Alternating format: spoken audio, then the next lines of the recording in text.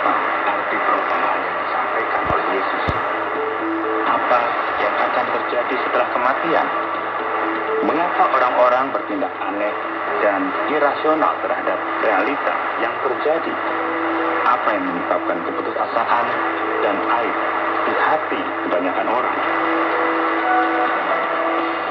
Pendengar yang saya kasihi, di dalam nama Tuhan Yesus Kristus, saudara telah mendengar banyak tentang Yerusalem, dan kita tahu bahwa sekarang Yesus berjalan menuju ke Yerusalem. Dalam kehidupan kita, saudara, Yesus akan membimbing kita dan membawa kita ke Yerusalem sorgawi. Dan saya yakin bahwa segala sesuatunya akan berjalan dengan baik. Sekalipun demikian, saudara, ketika Yesus berjalan menuju Yerusalem, ada banyak hal yang tidak berjalan dengan baik. Inilah mengapa kita akan menyelidiki firman Tuhan. Mengapa Yesus selalu ditolak, secara khusus dari orang-orang sebangsanya, orang-orang sendiri, ketika ia ada di dunia ini untuk memberikan keselamatan bagi umat manusia. Jika kita memperhatikan Injil Lukas pasal 19 dari ayat 28, bisa diperhatikan ya. Di sana dikatakan, dan setelah mengatakan semuanya itu, Yesus mendahului mereka dan meneruskan perjalanannya ke Yerusalem. Ketika ia telah dekat Betfage dan Betania yang terletak di gunung yang bernama Bukit Zaitun, Yesus menyuruh dua orang muridnya dengan pesan, "Pergilah ke kampung yang di depan itu. Pada waktu kamu masuk di situ, kamu akan mendapati seekor keledai muda tertambat yang belum pernah ditunggangi orang. Lepaskanlah keledai itu dan bawalah kemari. Dan jika ada orang yang bertanya kepadamu, mengapa kamu melepaskannya? Jawablah begini, Tuhan memerintahnya." Lalu pergilah mereka yang disuruh itu, dan tentu kita tahu dengan benar mengenai cerita yang pertama ini. Yesus memasuki kota Yerusalem dengan menunggang seekor keledai. Dan ketika hal ini terjadi, banyak orang yang ada di sana merayakan kedatangannya. Orang banyak itu pun berseru-seru, "Diberkatilah dia yang datang sebagai Raja dalam nama Tuhan. Damai sejahtera di surga dan kemuliaan di tempat yang maha tinggi." Namun beberapa orang Farisi yang turut dengan orang banyak itu berkata kepada Yesus, "Guru, tegurlah murid-muridmu itu." Namun dia tidak melakukan hal tersebut, malah hanya berkata, "Jika mereka ini diam, maka batu ini akan berteriak." Jadi ketika Yesus memasuki Yerusalem, segala sesuatunya masih mulus-mulus saja, aman-aman saja. Pada mulanya terjadi sebuah perayaan. Namun demikian, penolakan akan meningkat dengan cepat. Dan Yesus akan menghadapi beberapa masalah. Karena kita mulai melihat bahwa segala sesuatunya mulai tidak mulus ketika ia menangisi Yerusalem. Kenapa? Karena kota tersebut terkenal sebagai kota yang menolak para nabi. Mereka juga akan sangat menderita. Wahai, betapa baiknya jika pada hari ini juga engkau mengerti apa yang perlu untuk damai sejahtera. Tetapi sekarang hal itu tersembunyi bagi mereka.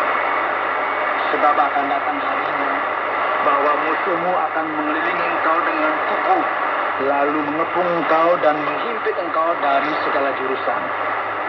Dan setelah ini akan fokus kepada pentahiran bait Allah. Kenapa? Karena bait Allah tersebut telah dijadikan kumpulan penyambung, dan Yesus menentang hal ini. Jadi tidak semuanya mulus dalam perjalanan ke Yerusalem. Para pemuka agama yang ada di kota tersebut menolak Yesus, dan mereka melawannya. Jadi segala sesuatunya kini menjadi semakin membingungkan ya, sepertinya. Firman Tuhan dalam Injil Lukas akan bahwa ada begitu banyak pertanyaan yang sulit yang akan menimbulkan ketegangan untuk menyulitkan Yesus dan ajarannya. Di awal pasal 20, kita akan melihat bahwa imam besar, para ahli Taurat, dan orang Farisi mulai bertanya kepada Yesus, dari mana diperolehnya segala kuasa yang dimilikinya? Yesus menjawab mereka dengan pertanyaan juga. Dari manakah asal baptisan Yohanes? Dari manusia atau dari surga? Mereka mempertimbangkan hal tersebut karena jika mereka menjawab hal tersebut, mereka akan terlihat buruk. Maka mereka tidak menjawab hal tersebut. Yesus pun juga tidak menjawab hal tersebut. Penolakan dalam kaitannya dengan orang Farisi mengakibatkan suatu kenyataan bahwa tidak semuanya mulus dalam perjalanan ke Yerusalem. Malah salah satunya akan menjadi semakin membingungkan. Karena Yesus kini akan menceritakan sebuah perumpamaan yang sangat terkenal dari seorang pekerja kebun anggur. Kita akan melihat di sini sikap orang Farisi pada waktu itu yang akan bangkit dan melawan Yesus karena mereka disebutkan Yesus secara langsung. Penolakan tersebut tergenapi dan firman Tuhan akan berkata, seorang membuka kebun anggur, kemudian dia menyewakannya kepada penggarap-penggarap lalu berangkat ke negeri lain untuk waktu yang terlama. Dan ketika sampai musimnya, dia menyuruh seorang hamba kepada penggarap-penggarap itu supaya mereka menyerahkan sebagian dari hasil kebun anggur itu kepadanya. Tapi penggarap-penggarap itu memukul hamba itu dan menyuruhnya pulang dengan tangan hampa.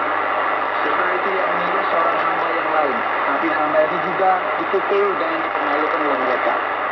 Lalu disuruh pulang dengan tangan hampa. Selanjutnya ia menyuruh hamba yang ketiga, tetapi orang itu juga dilukai oleh mereka. Lalu dilemparkan keluar kebun itu. Maka kata tuan kebun anggur itu, apakah yang harus kuperbuat?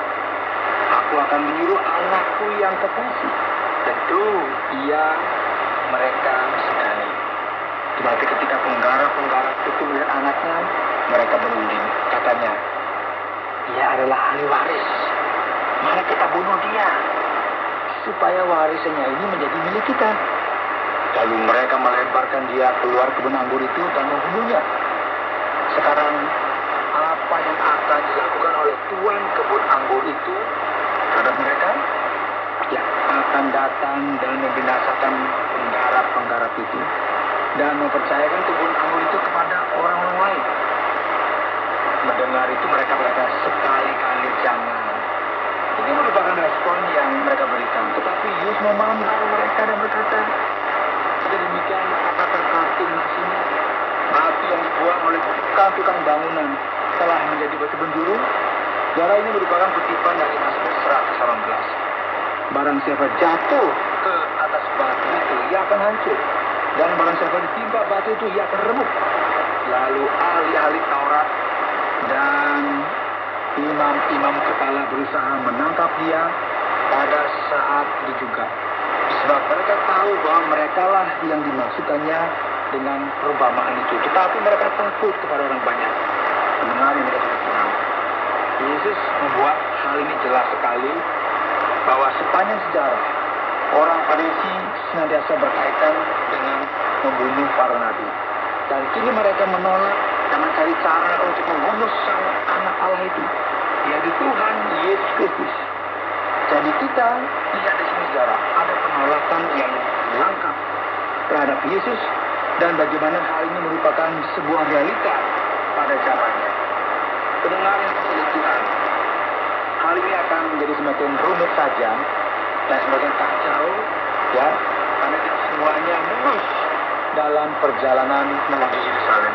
Jika kita melihat lebih lagi dalam firman Tuhan ini, pasal 20 dari Injil Lukas akan menceritakan kepada kita suatu cerita yang juga telah disebutkan dalam Matius pasal 22 dan Markus pasal 12. Ketika musuh-musuh Yesus sekali lagi membuat masalah baginya, firman Tuhan berkata bahwa hal ini dilakukan dengan seorang utusan mata bayaran para musuh Yesus. Mereka bertanya kepadanya, apakah kami diperbolehkan membayar pajak kepada Kaisar atau tidak?